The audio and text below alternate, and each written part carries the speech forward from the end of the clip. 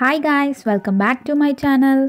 ఇవాళ మనం tart shells ఎలా చేయాలో నేర్చుకోబోతున్నాం, అది కూడా తెలుగులో. వీటిని టార్ట్లెట్స్ అని కూడా అంటారు. చాలా సింపుల్ ఇంగ్రీడియంట్సే ఉంటాయి. సో వీడియోలోకి వెళ్ళిపోదాం. ముందుగా ఒక బౌల్లో 1/2 కప్ కోల్డ్ బటర్ ఇంకా 1/2 కప్ షుగర్ పౌడర్ తీసుకోవాలి.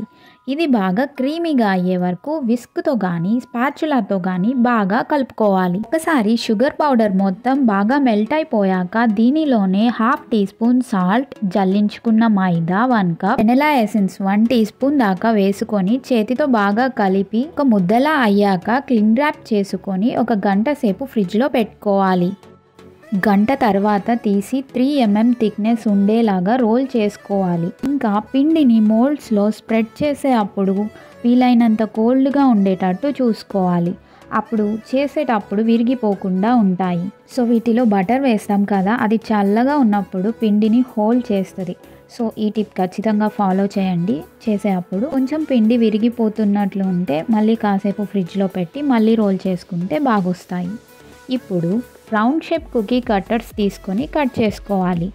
ఇక్కడ చూపించినట్టు సిలికాన్ కప్ కేక్ మోల్డ్స్లో ఇలా పెట్టి బాగా ప్రెస్ చేసుకొని పక్కన పెట్టుకోవాలి. మీ దగ్గర ఇవి లేకపోతే కప్ కేక్ మోల్డ్స్లో డైరెక్ట్గా కూడా పెట్టుకోవచ్చు. లేకపోతే చిన్న బౌల్ కానీ గ్లాస్ కానీ ఉంటే దానిలో కూడా ఇలా పెట్టుకొని చేసుకోవచ్చు. అన్నీ ఒకసారి ఇలా రెడీ చేసుకున్న తర్వాత ఒక ఫోర్క్ తీసుకొని బాటంలో హోల్స్ చేసుకోవాలి. ఇలా చేస్తే బేక్ అయ్యేటప్పుడు పిండి స్ప్రెడ్ కాకుండా రైజ్ అవ్వకుండా ఈవెన్గా బేక్ అవుతాయి.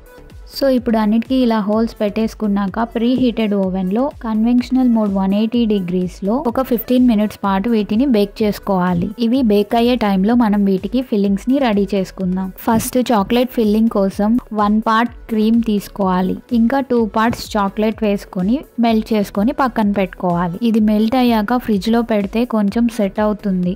సో ఇప్పుడు చూసారుగా, ఇవి కంప్లీట్గా బేక్ అయిపోయాయి. వీటిని చేసుకోవడానికి బయట సపరేట్గా మోల్డ్స్ దొరుకుతాయి. మీ దగ్గర అలాంటి మోల్డ్స్ లేకపోయినా నేను చెప్పినట్టు చేసుకోవచ్చు. సో ఇవి చాలా ఈజీగానే డిమోల్డ్ అయిపోతాయి.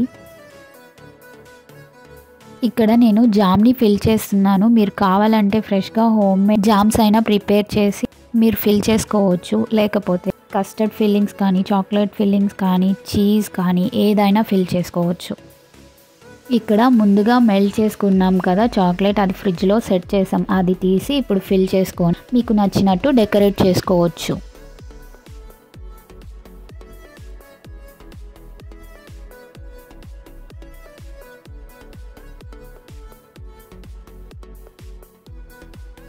చాలా easy and yummy recipe. So ఇంట్లో ఖచ్చితంగా చేసుకొని మీకు ఎలా వచ్చిందనేది కామెంట్స్లో చెప్పండి. Thank you for watching.